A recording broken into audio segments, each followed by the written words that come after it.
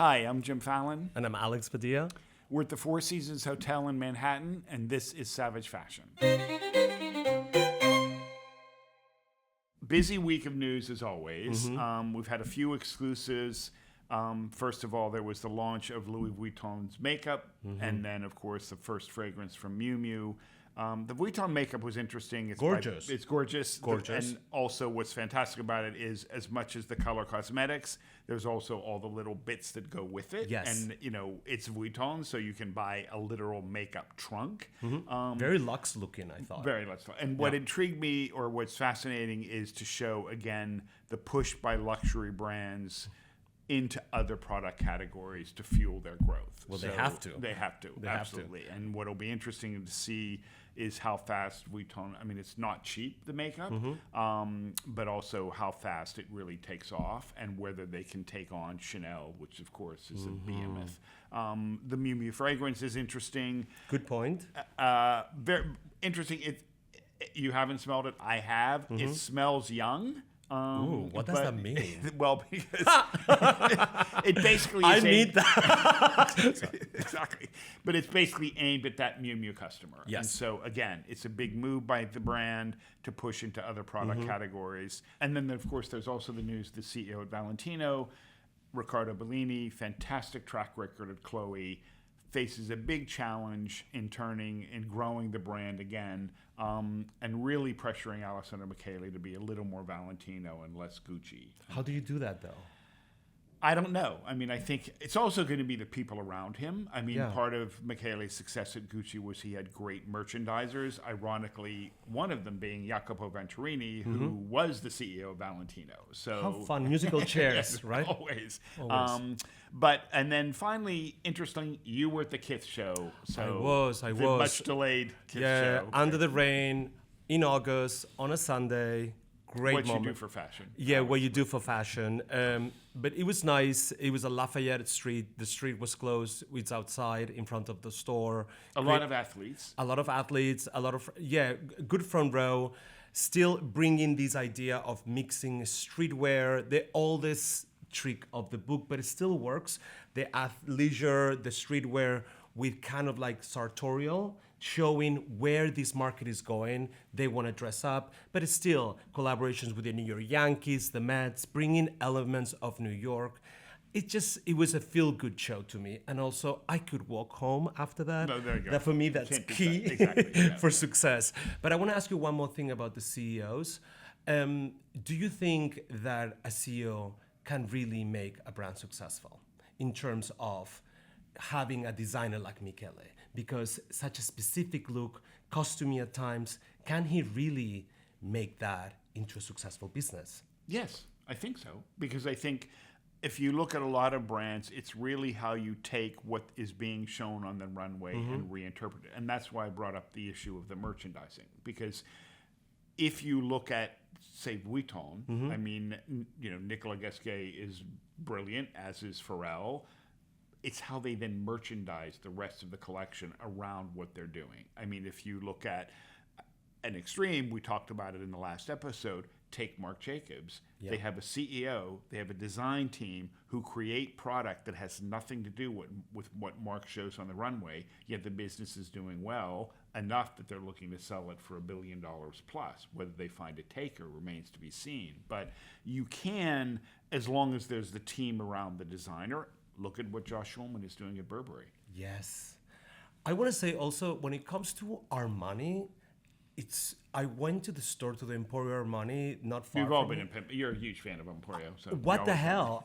It's insane. You go in there, I want to buy everything. They have the merchandise down to a science. Right. It's something that you're right. Obviously, the merchandiser is it needs to be the King Midas of the brand. It's very much so. Absolutely. Because otherwise, yes, Alessandro Michele, very fun shows, a little bit repetitive, but I don't know if people want to dress that way, from runway to reality. I think it's the case, and it's the pressure on all designers. I think that you can have such a strong aesthetic that hits a particular moment. And again, we were both at the very first Alessandro Michele men's show, and the entire room was like, just felt a whole different shift in fashion. if you don't change with the time, and again, back to Armani, back to Ralph Lauren, they don't change their aesthetic, but they adapt. And so if you don't adapt your aesthetic and you're stuck in amber, the market shifts, and then suddenly you're no longer the greatest thing. I mean, how much time does he have to do this? Well, it's interesting about, like, it seems that some of these brands like Gucci, they are in an incredible pressured time right now. I mean, Gucci's a different circumstance than Of course, Valentino. because Well, but also Gucci's carrying is public. Correct. Valentino was not. But again, I think you have to give a designer time. I mean, I was speaking to someone yesterday about Jonathan Anderson at Loewe, and I reminded them. I said, it took 5 years. And the person was kind of like, no, it didn't. I said, remember those first 5 years of presentations? We were going, what is this? I said, and then suddenly Jonathan hit his stride. Again, I think great CEO at Loewe who was patient enough, along with LVMH, and then really strong merchandising around Jonathan to sort of say this is what's doing well. So, we'll be seeing very soon what happens, but before then... Meanwhile, we're talking all things media with Michael Grynbaum. Yes. Inside look at the company where we used to both work. Yes. When Condé Nast owned WWD. So Empire of the Elite, his new book. We're here at the Four Seasons in Manhattan. And so we're looking forward to talking to Michael and hearing all the dishy things that we sort of knew, but he can give us even more. To be honest, this is one of the most exciting podcasts for me. This has been, to me, like a beacon of hope to remind me why I went into this business. But anyway... Without the town cars. There you go. Anyway, I cannot wait. Right. Thank you.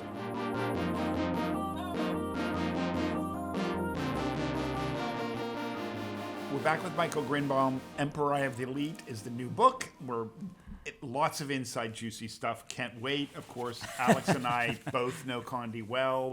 We were owned by them for 15 years. Yes. So a lot of the stories resonated. Of course, a lot more we could probably tell. Yes. They may hunt us down and threaten to kill us, however. But anyway, tell us, first of all, the genesis of the book, how it came about. Obviously, you've covered media for a long time. Yeah. But why the book? Well, first, thanks for having me. This is really fun. And so the first idea of the book was, so at the New York Times, I broke the news of Graydon Carter leaving Vanity Fair. And he actually choreographed it so I got the news before any of the Newhouses knew. And it was like this whole cloak and dagger operation. And actually, when the story ran, there was a push alert, and everybody, got a New York Times headline that started with Graydon Carter, and everyone called Graydon and said, I assumed you were dead. But when I wrote the story, which ran on the front page of the Times, it was so fun because it wasn't just about Graydon. It, to me, felt like this era of the celebrity editor was coming to a close. And I sort of wrote the piece as almost an elegy for the era of the powerful glossy magazines. And I grew up in the New England suburbs. And, I loved getting these magazines every month, The New Yorker, Vanity Fair, GQ. They felt like these beacons from another world. What was going on in London and New York and Los Angeles, all these kind of sophisticated places that I was so eager to be a part of. And during the pandemic, I kind of wanted to take on a new project, and I realized the story I had the most fun writing over the last few years was the Graydon story. All right. Then what I realized when I started researching it was there had not been kind of a sweepy history of Condé Nast.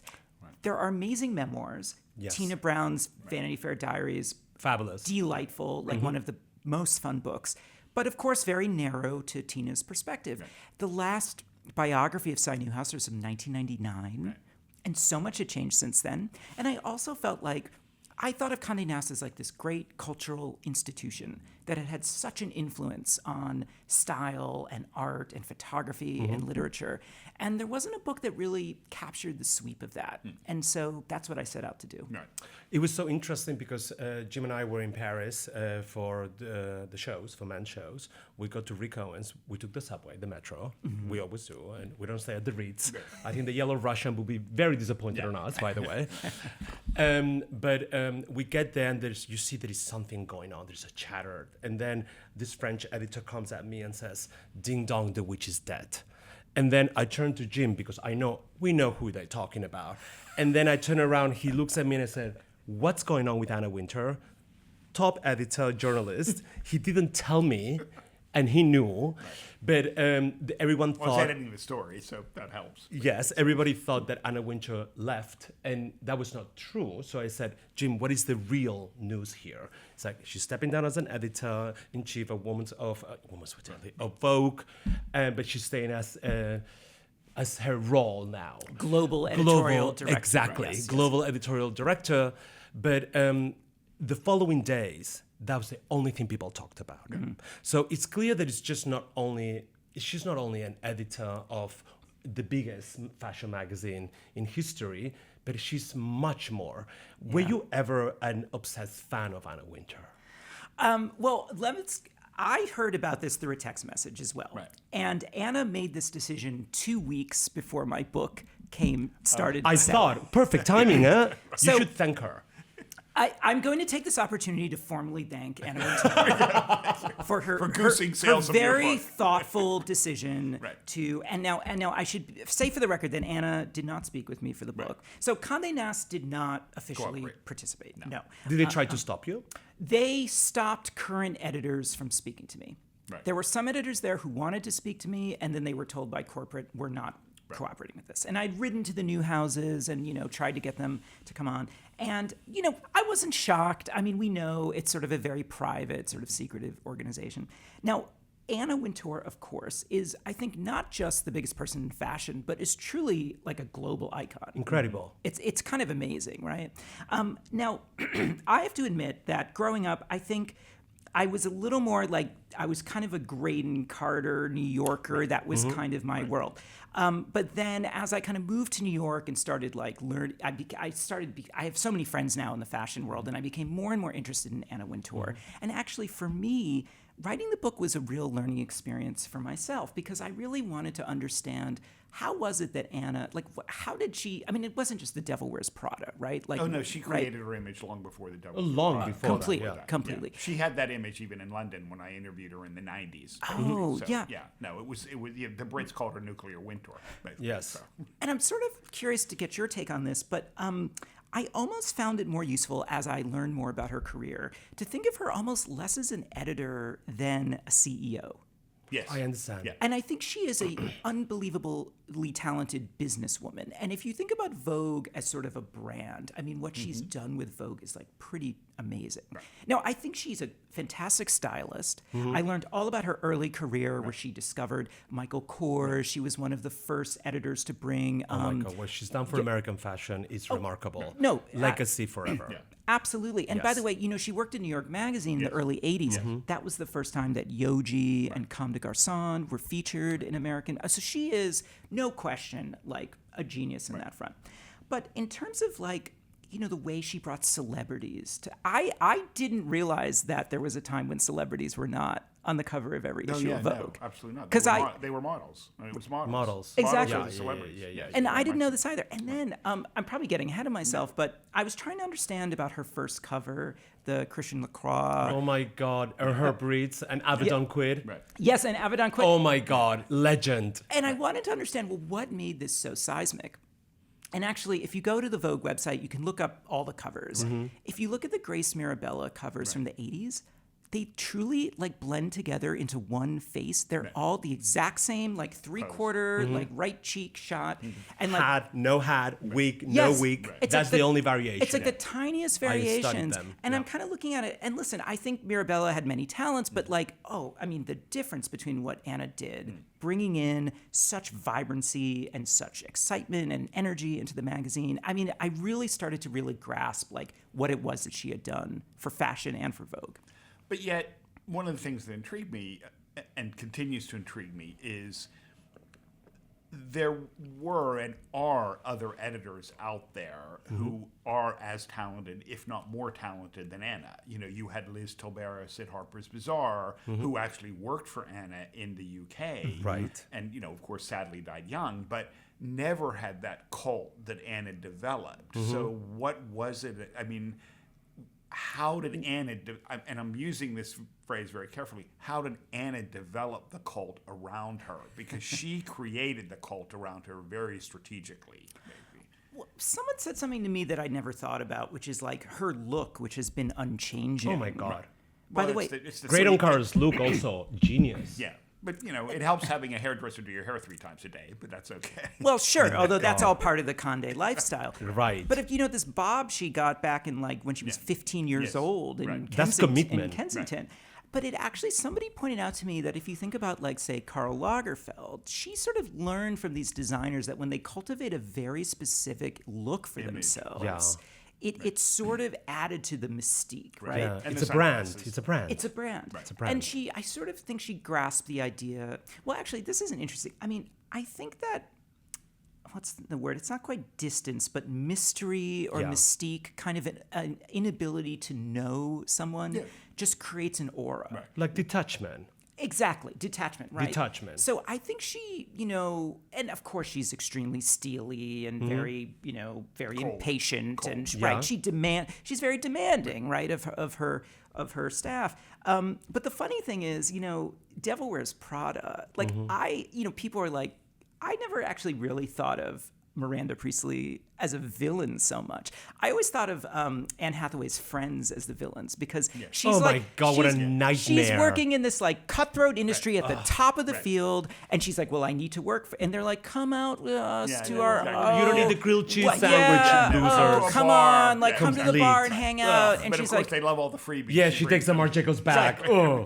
but listen, fashion Can't take media it. is one of the most cutthroat It's vicious. worlds, and it is, you're at the top, and you need to work very hard. And I think that movie is one of the best movies about work and what it means to have ambition. I agree. So I think there is now we can talk. We're gonna get there. Condé was not a friendly place, obviously. But on the other hand, everyone who I talked to who went through the ringer of working for Vogue and working for Anna Wintour came out of it grateful because anywhere else they went, they kind of had this work ethic. They had this intensity that sort of served them well.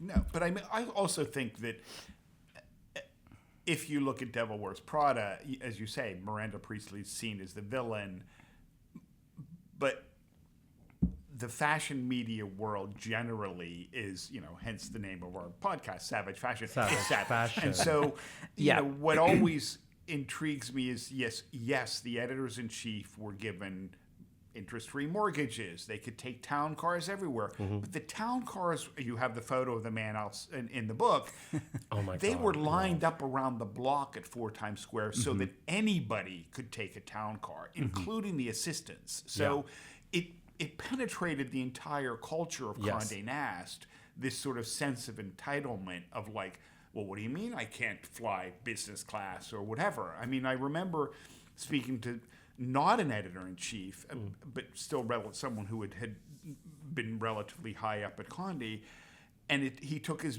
first business trip to Paris and stayed at the Ritz, took the Concorde, ate at God knows how many, 4-star Michelin restaurants, etc., came back to New York, was submitting his expenses, and called the accounts department and said, well, who do I submit my expenses to? And their response was, nobody. You're a self-approver. You approve your own expenses. Fabulous. So, why did they put up with this? I understand they were committing to the mystique of the editor, but yet from a business perspective, it's just bad business, basically, fundamentally. You're acting like a monarch, like royalty. It's beneath you to talk about money, right? That's the idea. But what was it to create that aura again? Well, there are a few different reasons. There are a few different cultural reasons that led to that. So let's just talk for a second about Alexander Lieberman. Oh my God, my favorite character, by far. He was the one that generated it all to me. It's like the pre-Anna Wintour, Anna Wintour. Exactly, and she really kind of has his role now. Absolutely. And he's I'm sorry that I speak about this, but he seems to be the one who created this culture. So, sorry, go ahead. No, that's exactly right. And he's sort of been lost a little bit to history, and I hope the book kind of revives him as a figure. So, he had been at Condé Nast since the 1940s, and he was sort of the epitome of this pan-European. He was a Russian refugee who was educated in Paris and then came over to New York. And And he had this philosophy of that waste was part of creativity, and that to sort of create the best and create the best art, you had to be willing to spend and experiment and throw away what didn't work. Yeah. And, he was helped by the fact that, Condé Nast for a while did make money, right? I mean, the magazine business, we forget, used to be a very good business. It had a monopoly on this kind of aspirational audience. You had luxury companies that wanted to spend to get their products in front of those readers. So he, I think, created a culture. There's this amazing quote. I don't want to butcher it, but he says, this is from like the 1950s, I think, but he says, I believe that money should be used to facilitate a creative life and to eliminate fatigue. I take taxis all the time. I find them restful and stimulating. I'm going to put that on a card, I think. Yeah, I think I should talk to my boss about this. Yeah, right, exactly. So now it would be Ubers. Yeah, exactly. So he was the one who had, say, Irving Penn did a photo shoot of like a shattered glass. Yes. Oh my God. Yeah. And Alex Lieberman said, buy 100 glasses from Baccarat and smash all of them until you have the perfect image. One, right. Now, Alex how did this become the company? Well, he was Cy Newhouse's mentor, and he sort of introduced Cy Newhouse, who was this like very awkward and nebbishy kind of individual, like into this like, what it meant to be sort of high culture. Right. And so that's kind of how this philosophy became part of the company. Right. Now, as you said, it made no sense. Right. Made no sense. Their profit margins, even when they made money, were less than Hearst, less than Time Life. So my idea was that on the one hand, so Cy Newhouse, he's a billionaire. He, I think, really believed. Look, I think he didn't want to lose money, but I did think he believed there was like a higher calling to a place like Vogue, that it was there to sort of bring Americans like a certain refinement and discernment, and that was important. Right. And I think that he also realized that the more gilded the world of Condé Nast appeared, the more seductive it would be for advertisers, for talent, for readers. I mean, why did you buy, I don't know, like Vogue? You wanted a bit of the fantasy. Yeah. And there were no influencers. Right. I mean, none of these editors could project that life on their own. Right. And so I think that, but I also know what you mean. It made sense for Anna Wintour to fly in the Concorde. Did it make sense for your friend who, what was like a business friend? Let's be clear. No friends. No, right. But do you think, I'll ask you, do you think that, if they went to a meeting in Paris with the ad team from, I don't know, Chanel or Dior, did it impress them that they come meet me at my suite at the Ritz? I don't know. Maybe it made them feel... It's part of the language. It probably did. I think so. But I also think that, and I know very firmly, that the luxury brands viewed Cy as a businessman. And so it was, very much, you were here to pick my pocket, and I'm not going to give you a lot of time because you're basically here to get my money, and that's it. So, what intrigued me and continues to intrigue me about Cy, as you said, he was a nebbishy, not particularly, far from talkative individual, New Yorker sweatshirts and khakis every single day. Would get in the office at 5 a.m., if not earlier, and read everything. I know from experience, he'd sort of, in the 83rd paragraph of this story, you misspelled this word. It's like, how do you have time to read this? So, I love that. But he was a genius in content. I think, to your point, I think he viewed a higher calling as like, he really cared about quality content. And, if the editors weren't performing, was vicious in getting rid of them. That's right. The Grace Mirabella, but was even more vicious with the publishers, who he would scream at and profanity-filled, etc. But yet was interested in art, wasn't a cultural figure. Why fashion? Why was he even interested in fashion at all? Can I talk about something now for a second? Sure. I know we talk about money, and I have not a good relationship with money myself, personally. It's very clear. You spend it. You spend it, and I don't really care about it. But can we talk about the legacy of culture? Can we talk about, this book is a clear example of what these people have left behind. Yes, he was maybe not the smartest or efficient business person in terms of return on investment. I get that. But those images, the way that even today we reference all those amazing moments. I mean, Polly Mellon, Fur Story, Japan, 3 weeks, the tales of legend that I was raised with on and I obsessed by. Yes, I think that what was so interesting about him was that his vision of the future in a way, because this is here and we still talk about it. And yes, I want to know why fashion. I understand, thanks to your book, about his father, the origins, the fact that they were never accepted in society, that constant insecurity that is a driver always in human behavior that I always respect. But why fashion? So we should talk about his mother, Mitzi. Mitzi, for me, is like the heroine of this book. A couple of people have written to me and said they want a sequel that's just about Mitzi. and by the way, you know, we know Mitzi as the Mitzi Newhouse Theater at Lincoln Center, which is named for her. She was Cy's mother, and she was a woman who was obsessed with fashion and loved luxury, and was, you know, would go to Paris every season to buy the new, you know, couture. And you know, Cy was kind of this lonely, awkward child, and his father traveled a lot, and so he spent a lot of time with his mother. Yes. And actually, you know, there's a Christmas card of Cy, even before his family owned Condé Nast. There's a Christmas card of him and his first wife, who I interviewed. She's still alive. Right. She's in her 90s. She still lives in the apartment that she and Cy lived in. She sounded very grateful, in the by 50s. The way, on your book. She was, no, and she was, she plays bridge like 3 times a week. She's, shout out to Jane. If she's shout listening. Shout out to Jane. But you know, you see on their coffee table copies of Vogue magazine. So I think Cy grew up very interested in finery and luxury. And there's an amazing, what I dug up was in the 1960s, the New York Times wrote a feature about bachelor pads, upscale bachelor pads. This is when Cy... is that the photo in the book of him with his houseboy? When Cy was divorced, he lived in a... Now, Billy Baldwin eventually designed his apartment. I don't think this was a Billy Baldwin, but he had incredible art, the most cutting edge, like abstract art in that era. And the thing I remember is that he had a giant rug made of fox fur. Oh my God, that's pure porn. I mean, pure I know. Porn. And he's like this single guy. So he had a real weakness for this. By the way, weakness. His father thought that this was, you know, horrible.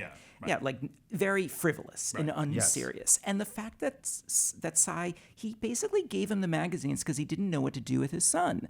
Because the big part of the Newhouse family was newspapers. Which Donald took, basically. And he said, okay, you can learn the women's business, which is like what, you know, and that's why Cy became involved in Vogue in the early 60s.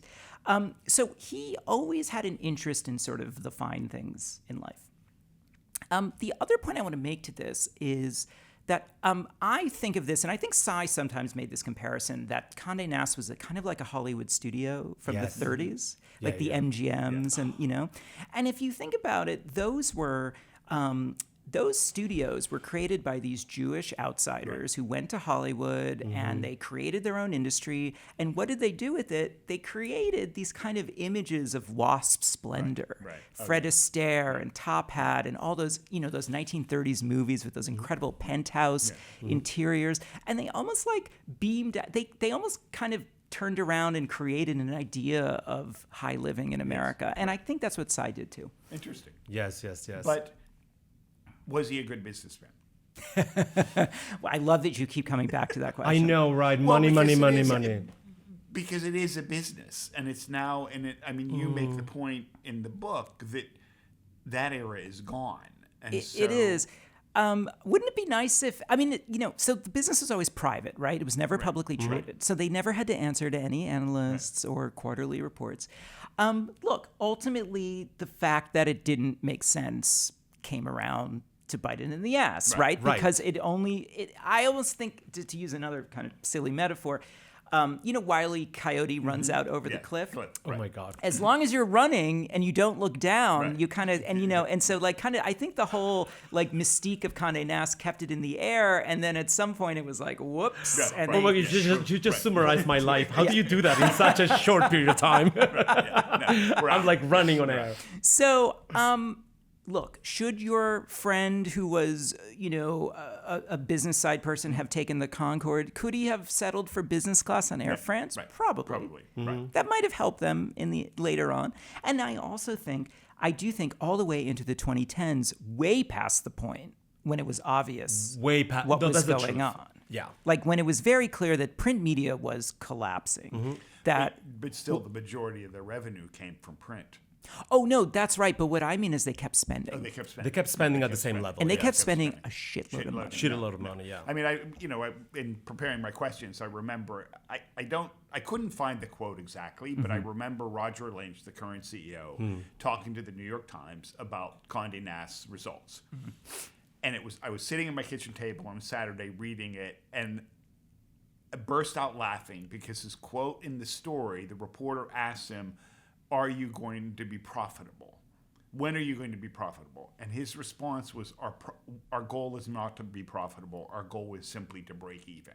And I laughed out loud because I thought, what kind of business is this that is your Right. goal, basically? And so... And we should say, I don't think Psy would have. I don't think they had thin margins. I don't think Psy would have been thrilled to be losing money. To be fair to Psy, Of course not. No. Of course not. But is that era... Two separate questions, slightly. But as we started this conversation, Alex started it. Being in Paris, hearing the reaction to Anna Wintour's finally stepped down, knowing from the industry, fashion and media, like, when is she going to go?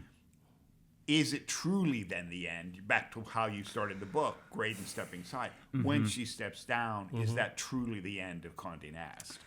And is this the best thing for fashion? Interesting, yeah. I don't think so. If you ask me, I think that she serves a purpose. I know she represents an era that is gone, but I just think that you need sometimes leaders or pillars like that. Yeah. Even if it's just an ambassadorial role, an image. Yeah.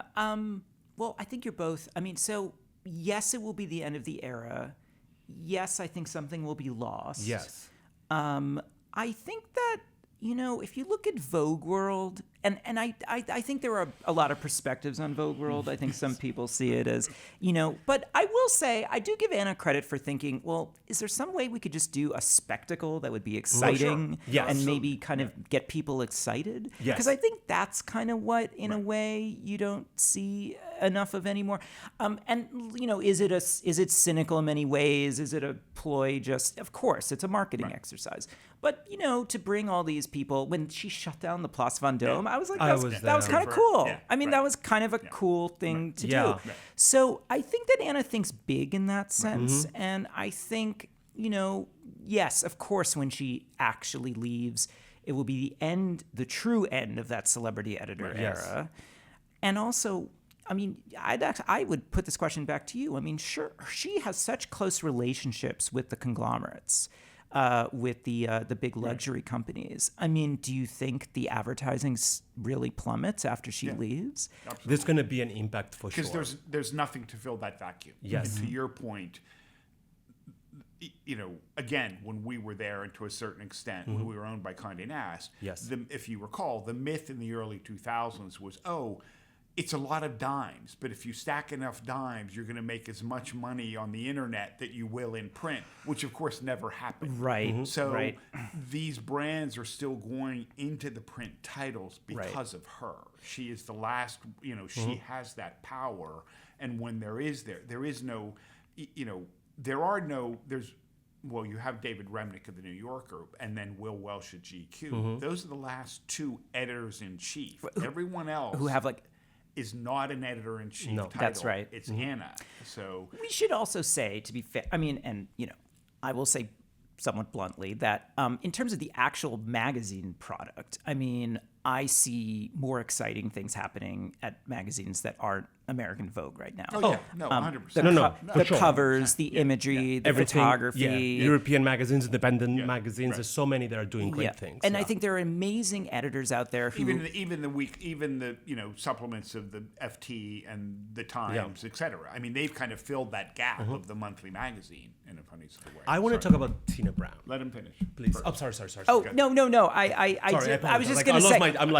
Me. I was just going to say, I think, in terms of because, yes, Vogue World, but in terms of actual kind of month-to-month content in the magazines, I do think there are editors out there who could bring a bit more excitement and youth to Vogue. Yeah, so. yeah.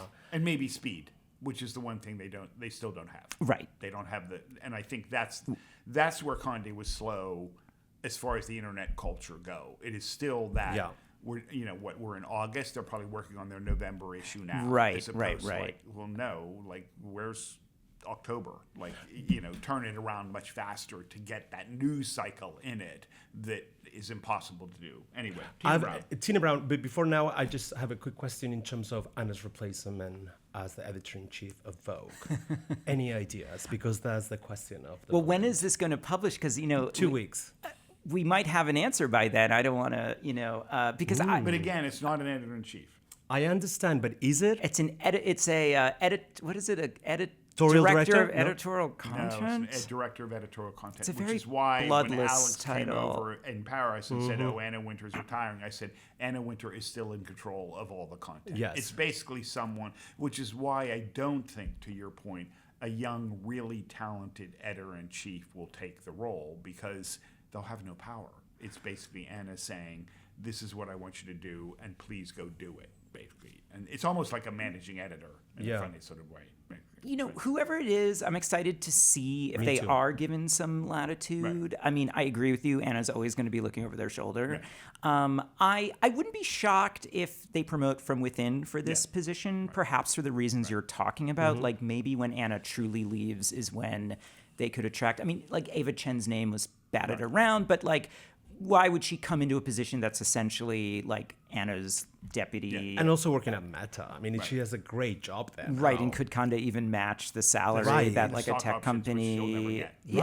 Right, exactly. And the influence. Yeah, so, I could see them promoting internally. And listen, I do think there are talent. I do think there is talent within Vogue. Yes. And especially maybe if they're given a little bit of room to kind of do their own thing. And if Anna really can keep from meddling. Right. Let's see what happens. I wouldn't be shocked if we get that announcement like right at the edge of New York Fashion Week. Me too. Yeah. We'll see if I'm right. I was so disappointed, and I promise we're going to talk about Tina Brown. No, of course. When Edward Enninful stepped aside, I was so disappointed. I really hoped that this would be such a perfect combination. But, who knows? We're going to know very soon, I hope. I do know from my reporting that there were some very senior people at Condé Nast who were rather taken aback that Edward suddenly was sidelined.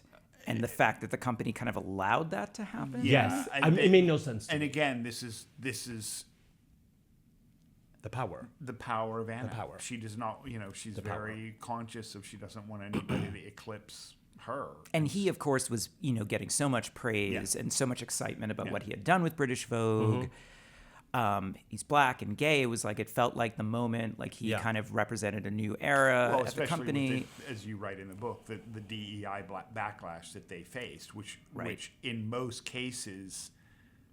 cases, companies would have removed Anna in that circumstance, basically, and she managed to dodge untouchable the bullets because it was also it wasn't just it was the photography allegations against Mario Testino. There was so many other different things. I do wonder if they offered it to Edward today, like 5 years later, would he even take it now? He's moved on. No, I think he's moved on. Yeah, obviously, but also, it's like it was it's such a missed opportunity in terms of branding and positioning and quality of content that for me is paramount.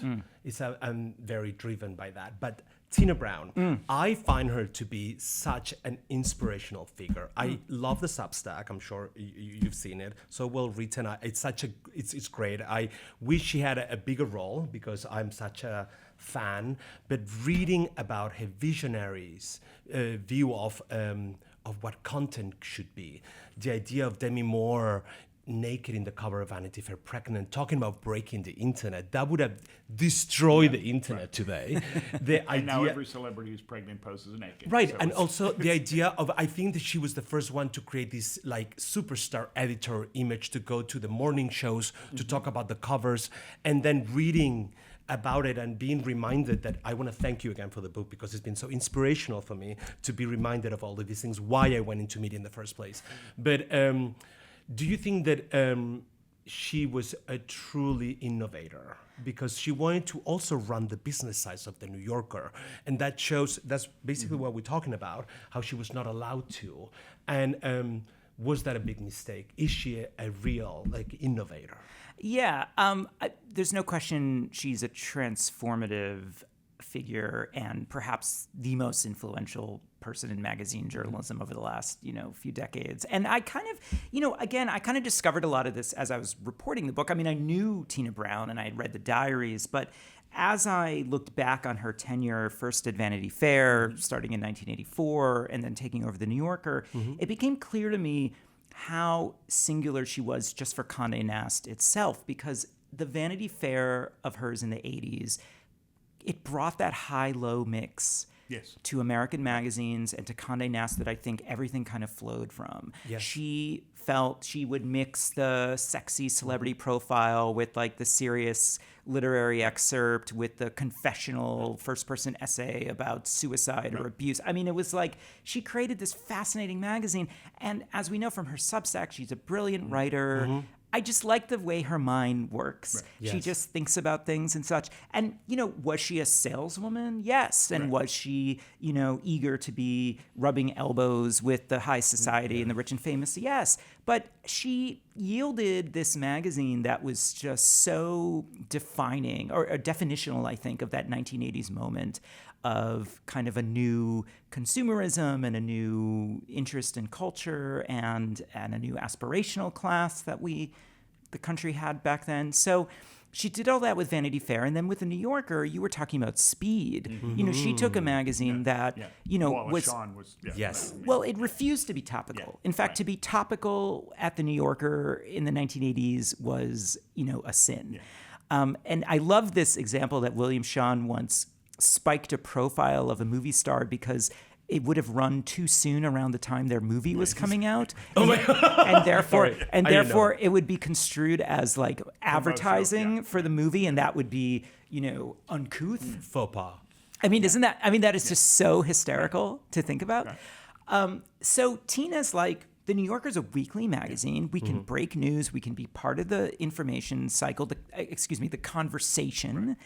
Tina talked about the buzz, which of course now we live in that world of buzz, and maybe we don't want to live in that world anymore. But she created hype.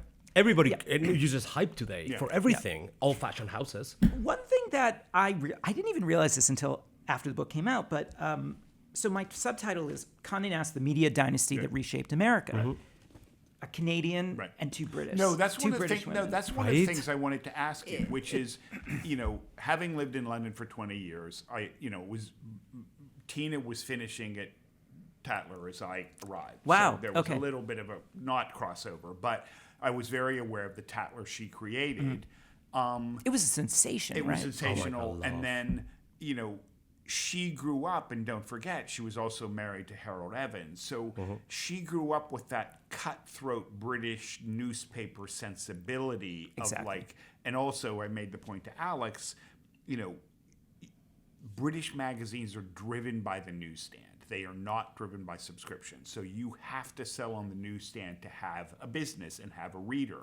And so she brought that sensibility to Vanity Fair in the US and then, of course, to the New Yorker. Anna's father was the London Evening Standard newspaper. So she knew, again, newsstand, I need to, create buzz around my... So what is it about the, quote, foreigners, sorry, Graydon, that bring this sensibility of creating that reshaped America? Why does it take foreigners to do that?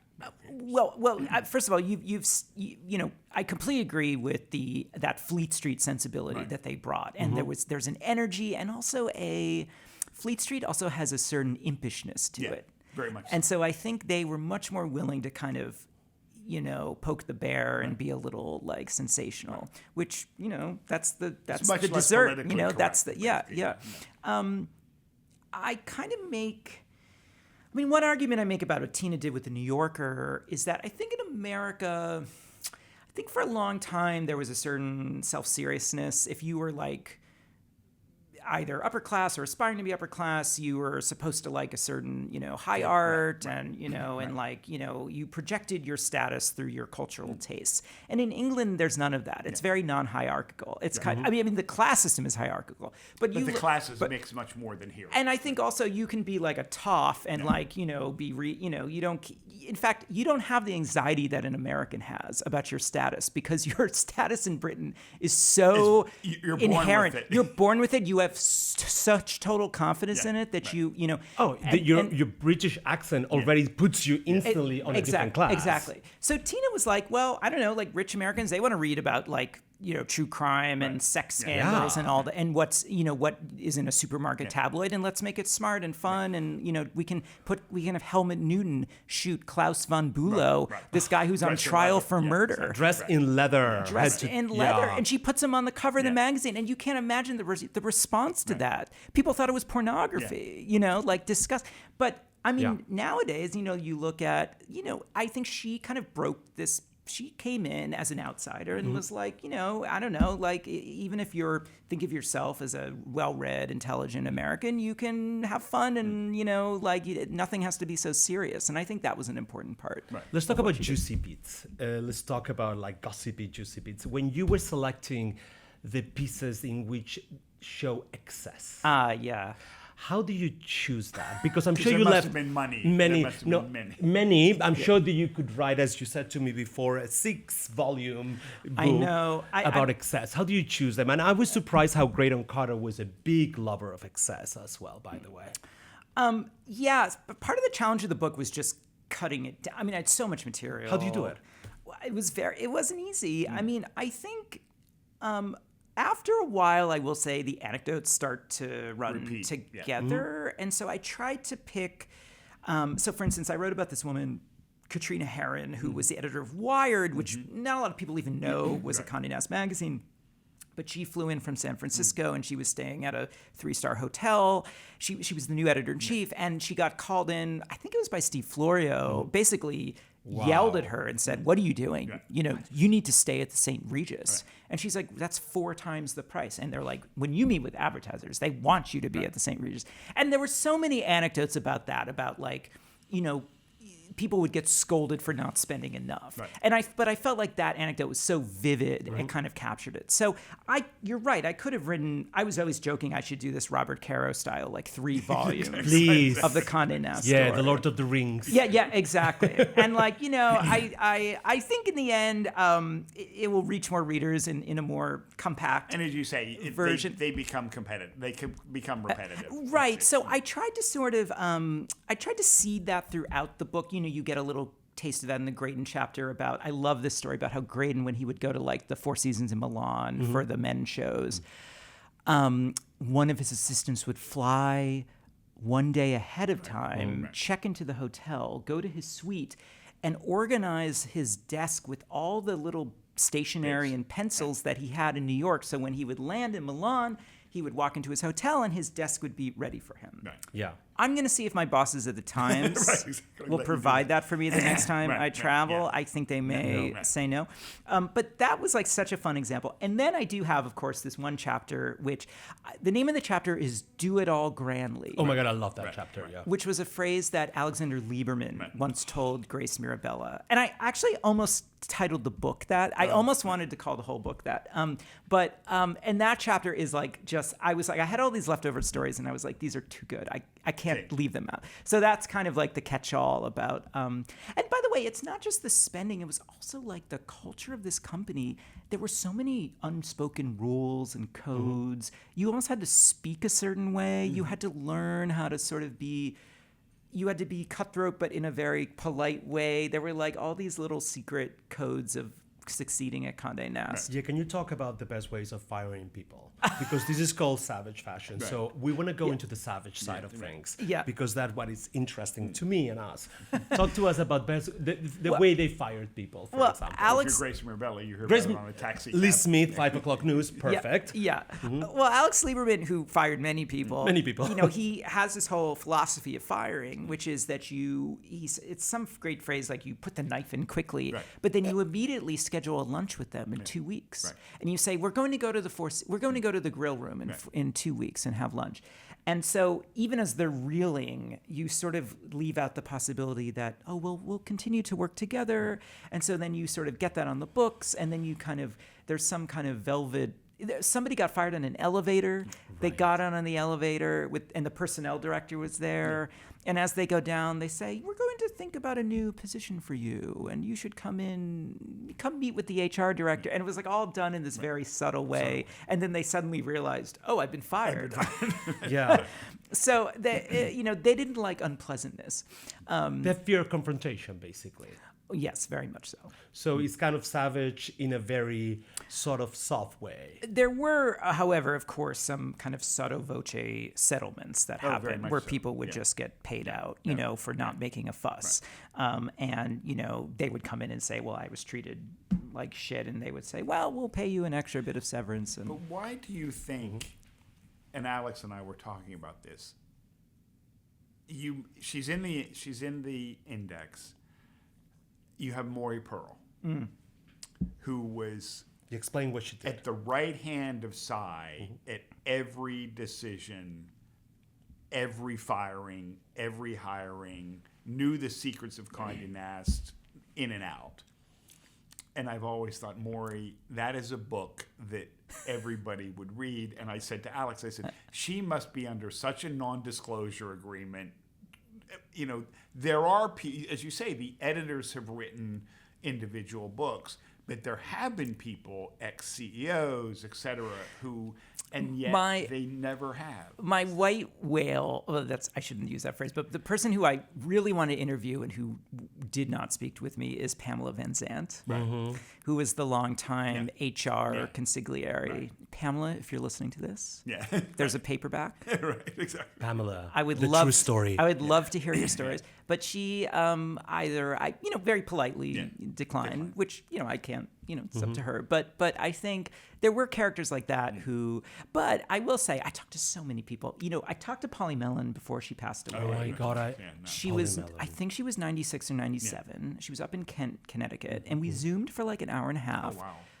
Her recall was every detail of every fashion shoot and the day that Grace was fired and the day that Anna came in, and she had such a funny story that after Anna basically elbowed her out of Vogue, and Anna, I think, it brought Grace Coddington over because they had worked together at British Vogue, and I think Grace and Polly, it was kind of too much talent in one room. And so they kind of politely, and so Polly told me, so Cy basically called her into the office and said, we want to find a new place for you. And Polly said, well, good, because I would like to run my own magazine. Excellent answer. And Cy said, well, let's start with, and this is how she became the creative director of Allure. Right. And Allure, by the way, I don't get into it too much in the book. There were magazines, by the way. I wish this was the 3 volumes because, when Allure came out, it was revolutionary. Absolutely. Absolutely. And it's money making. And by the way, I bought the first issue off eBay. It's amazing. The layouts are incredible. How much did you pay for that? $70. Not bad. Not so Good bad. Deal. Lucy Sisman, I think, was the graphic designer who came in. It's just gorgeous. I think it's Stephanie Seymour on the cover. Yeah. But anyway, Polly, of course, was there for a while, and they did great groundbreaking things. Linda Wells is, of course, fantastic, and spoke with me very generously about it. I was talking to Graydon Carter. Oh, Graydon was wonderful about the book. He really encouraged me. He was a champion of it, and I'm very grateful for that. We spent a lot of time talking together. He was very generous with his memories. And, his memoir is so charming, and he's a wonderful raconteur. He's a little more scathing in person than he is in the memoir. Yeah. And I encourage, if you get a chance to sit and have lunch with Graydon Carter, take it, because he's just a wonderful fount of stories. And I think that he, had great achievements at Condé Nast. I mean, I think if you look at his Vanity Fair, he took. By the way, Tina's Vanity Fair never made money. No, I know. I mean, That's what you said to me. I once Patrick was McCarthy, who was our then editorial director, was, as am I, a huge fan of Tina Brown's, and so she once tried to hire him, as Cy Newhouse once tried to hire Mr. Fairchild. But I said to him one day, and he was saying, "Oh, Tina's a genius editor," and I said, "Her magazine's lost $40 million. I said, "Give me $40 million, and I'm a genius editor too." But Graydon did make money. He took it and built upon it and took it up to a whole different level. If you actually look at David Remnick and Graydon Carter, Yes. who succeeded Tina respectively at their magazines, they took that and actually made it work financially. Graydon actually sold ads, and he worked that angle, and they managed to, they still spent a lot of money, but they made a lot of money. David Remnick actually made the New Yorker profitable, which was unthinkable back when Tina was running it in the 90s. It was losing tens of millions of dollars a year. So you have to give credit. I think they're both brilliant editors, but they also were able to, and I think today, I mean, it's ironic, right? Because when Cy Newhouse bought the New Yorker in 1985, it was like seen as this money pit, and he paid, like his family didn't want him to buy it. Right. They were like, "You're overpaying. This is ridiculous." He paid a fortune. And now it's like one of the only profitable, or at least it was. I don't know the most recent numbers, but I think they actually make money, which is fantastic, right? It's sustainable. I mean, Tina Brown had something to do with that. They put it probably to the right direction. Oh, no question. So no question. And I think, I mean, even today, if you look at the New Yorker, a lot of the staff writers that are kind of the stalwarts of it were people that Tina has hired. Now, David, also hired, in case David's listening, has also hired a bunch of talented writers. But it's true. I mean, I don't know. I just read an Anthony Lane essay. I mean, he was a Tina Brown discovery. They have an immensely loyal readership who constantly renews their subscriptions. Yes. They're fairly expensive. Yeah, right? exactly. And their archives do very well online. Exactly. I think so. David has done what a lot of the other Condé Nast magazines have succeeded in doing, in kind of marrying the web. They also have the New Yorker film side, et cetera. So he's expanded into multiple media avenues that the other magazines haven't been able to do. Which, Alex, to your point, was the reason why Tina Brown left. Right. Which, of course, we look back on now, and even she has said it didn't work out so well. She went to Talk Magazine. It was a disaster. Oh my God, the best launch party ever in my life. I crashed it. I still remember it. A Statue of Liberty. My God, I was like 21, 23. I was like, oh, I arrived. That's amazing that you were there. Oh my God, it's all about me, obviously, but it's just like, oh my God, that really... He swam across to the side. No. I was with a friend of mine who was a fashion at Condé, and like I was a plus one. None of us, we were not invited, but we just made it happen. Amazing. Incredible party. Sorry. I never seen so many celebrities. I was in shock. So Tina had these entrepreneurial ideas, and she actually did manage to pull off a conference, but she felt that she had created so much brand value for Condé Nast, which she did, that she should have a piece of the upside, which, by the way, is a very, that's how today's media thinks, right? The journalist gets an equity or equity in the company. Not if you're a Newhouse. Well, I think with the Newhouses, they, in a way, some of the reasons they lavish the editors with so many perks and compensation is because they never gave them a piece. It was always Cy and Donald. They just gave them townhouses in West Village. Yeah. That's okay. Yeah. I might take that exchange. Yeah, exactly. I'll take that personally. I would take the townhouse. Me too. But Tina was frustrated, and by the way, Tina was friends with Mike Ovitz and Barry Diller, and they probably said to her, "Tina, you could be making a lot more money," and they whispered in her ear. And but in a way, what Condé belatedly did was they took a lot of the ideas that Tina had. She wanted to do television and film adaptations. Great ideas, by the way. And sort of retain the rights. And that took Condé forever to get to that point. And they're still kind of struggling with it. So, they just closed Condé Nast Entertainment, right? I think. Yeah. I think it's still around. I think they scaled it way back. Sure. But they've had trouble getting that off the ground. Now there's the New Yorker Radio Hour and the festival and all of that. So we cannot end without talking about Roy Cohn, because I'm obsessed about that concept of his really close friendship with Cy Newhouse. I love your about Cy Newhouse sexuality. I thought it was a perfect candy in the book. Thank you so much for saying that. Also, the art of the deal, Donald Trump, and everything we're living now today. Also Roy Cohn's very close friend. We all know that, although he obviously, when things went south, doesn't matter. Well, it's an amazing story, and even today, I was giving a talk somewhere, and the audience gasped when I said that they Cy didn't realize Newhouse that? and Roy Cohn were best friends from childhood. Right. And Strange friendship, by the way. up until the time when Roy died, I mean, Cy Cy did not, even after the scandal, Cy did not drop Roy Cohn. No, they were still close friends. Not like Right. other people. Yeah. Cy's kids called him Uncle Roy because Yeah. they would go on vacation together to like Acapulco and play poker with him. And so there was this totally close friendship. And The Art of the Deal, again, a lot of people don't realize it actually was Cy Newhouse's idea. Right.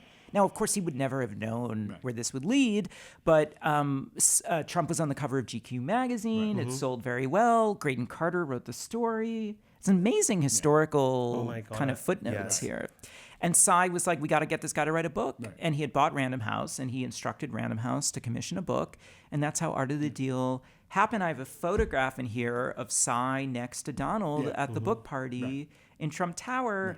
And I'm sure that Roy Cohn also probably encouraged this because, of course, Roy Cohn was Donald Trump's mentor. Exactly. So there's this kind of fascinating history. And, Cy's family, they regret this. They've said, of course, it's something we all rue. Right. But, how would we have ever known, right. I mean, these accidents of history. But, Roy Cohn and Cy Newhouse were the very closest of friends. 2 questions. Go for it. We have number to. one. And I want to mention one WWD thing too. So Thank you. We can, No, Devil Wears Prada 2. Yes. Obviously filming now. I'm free for a cameo if any. Yes, me too. We all are. Yes. Will it have as much relevance because the world has disappeared that they're kind of playing up? Basically. I think that it's the same team as you. I don't know if you know this. The same team in terms of actors and the screenplayers. Yes, writers and directors. Writers and directors, same. We know that it's about the demise of demise because of what has happened to them. So it's kind of a real story. So do you think it's going to resonate as much? Okay, I have to be honest. Of course, I'm going to go see it. Right, of course. Oh my God, I'm going to try to get into the premiere no matter what. I just don't think a movie about the decline of a magazine is interesting. going to be, or is going to be as fun, because what is so fun about Devil Wears Prada? It's how glamorous and exciting the world is. Right. And listen, how our image transforms. How Anne Hathaway's image transforms. I write about the decline of Condé in here. Perfect. But the truth is, look, that was another choice I made. I could have made this book 50% about the decline of Condé Nast. Right. And the truth is, I didn't really want to read that myself as a reader. It's an important part of the story. I needed to explain how it happened.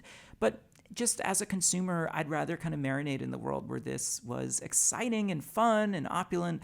And I think that fantasy was part of what made Devil Wears Prada so successful. Right. And I'm a little depressed to think of Miranda Priestley dealing with budget cuts and kind of laying people off. I mean, it sounds depressing. Calling Emily Blunt and saying we're eliminating your position. Yeah. And I'm now posting on Instagram stories. Yeah. Come on. I mean, right? She has to do TikTok, and it's going to be kind of like, I don't know if I really want to watch that. Yeah. So listen, I have faith in them. I think I love the first movie. I think the writer and director are so talented.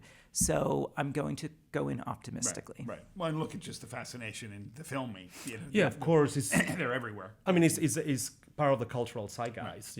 Right now, I think it's going to be a blockbuster no matter what. But I do like the idea of like looking back at how things used to be. Although I love change and I love being in the present, but that was a good celebration. Hopefully, I think. Look, there's a lot of nostalgia to this book, but I also hope it gives us perspective.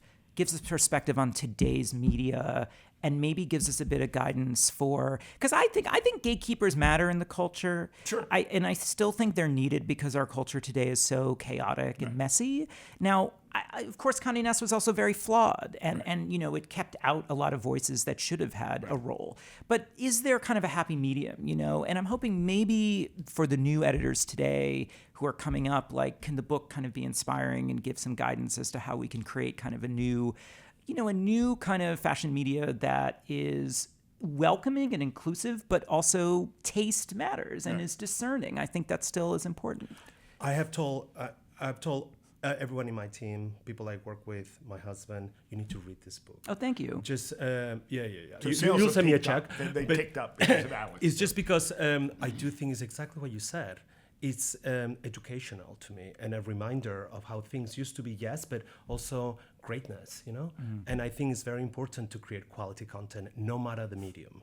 Yeah, and yes, money is important, I understand, but, you know, that was... But where do you think it will end? Will they sell?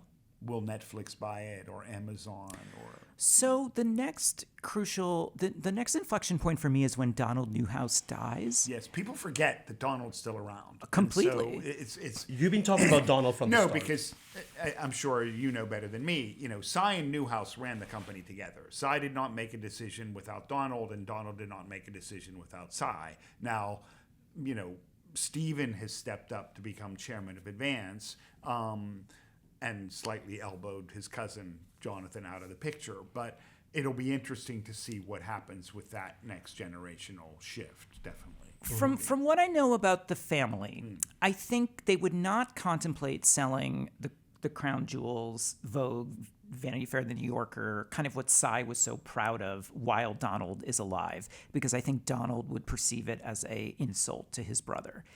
Now, I also think Steven cares about, certainly The New Yorker. I do think the family sees The New Yorker as like a public trust that they are in charge of. Right.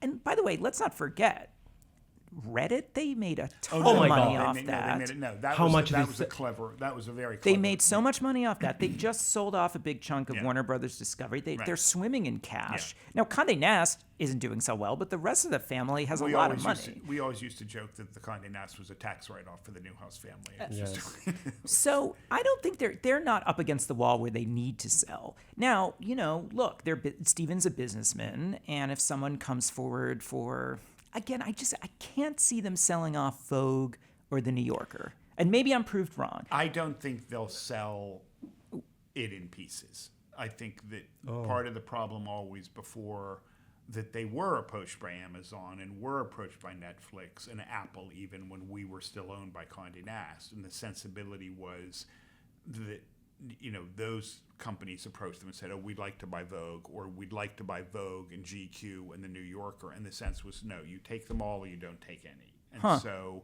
whether that might change, because if you do sell Vogue, say you just kept, they did keep Vogue and the New Yorker, but then they're selling GQ and Architectural Digest and Bon Appetit. You know, it's like, it's a grab bag of properties that.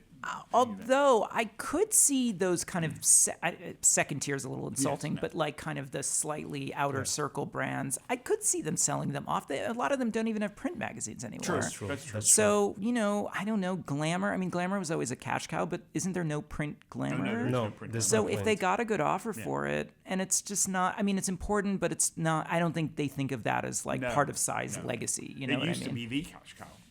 Right. So, yeah, interesting, So- good point. Empire of the Elite, is this going to be a movie?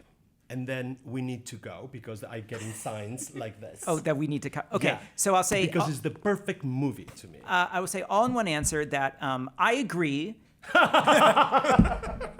The television and film rights remain available. Oh, good. Please, Okay. I can be reached via the New York Times website. Right. And I also just want to For say, large fees. No, but I do think there is an American Horror Story waiting to happen, for example, or there could be a Netflix show. I think there's so many ways this can go. He's your agent. so No, there we go. I'm not gonna I add see anything. it. What's next for you? I'm not going to add anything to that. I am doing my day job at the New York Times, so hopefully writing now about what happens to Condé Nast in real time, sort of as these developments happen. And I need to think about the next media institution that's worthy of a book. But Condé Nast, I mean, nothing's as fun. nothing. I mean, Nothing you is know. as fun. No. And very lastly, I'll say that John Fairchild's Chic Savages was a great inspiration for me. And I encourage anyone who hasn't read it to go get a copy from the Strand or wherever you can find it. And I actually sent the cover. It has an amazing cover. I sent it to my publishers because I wanted it inspired me.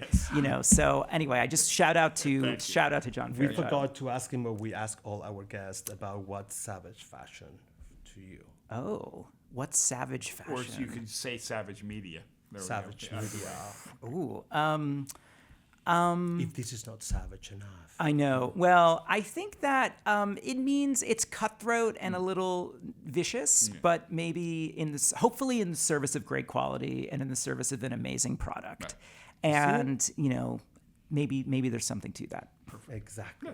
Well, Michael, thank you so much. This has been That was fantastic. Fantastic. Thank you for your so time. much for having me. No, Yes. Thank you. Thank you. Look forward to the second one. That was amazing, Jim. That was incredible. Right. Obviously, we heard a lot more about Condé Nast than perhaps either of us ever knew. And Yes, it I was- would have spoken to him for a day. Exactly. And we cannot recommend the book highly enough. There will probably be a film version thanks to Yes. Alex. And there will probably be a paperback, Yes. definitely. But we'll look forward to the next episode of Savage Fashion. Thank you, guys.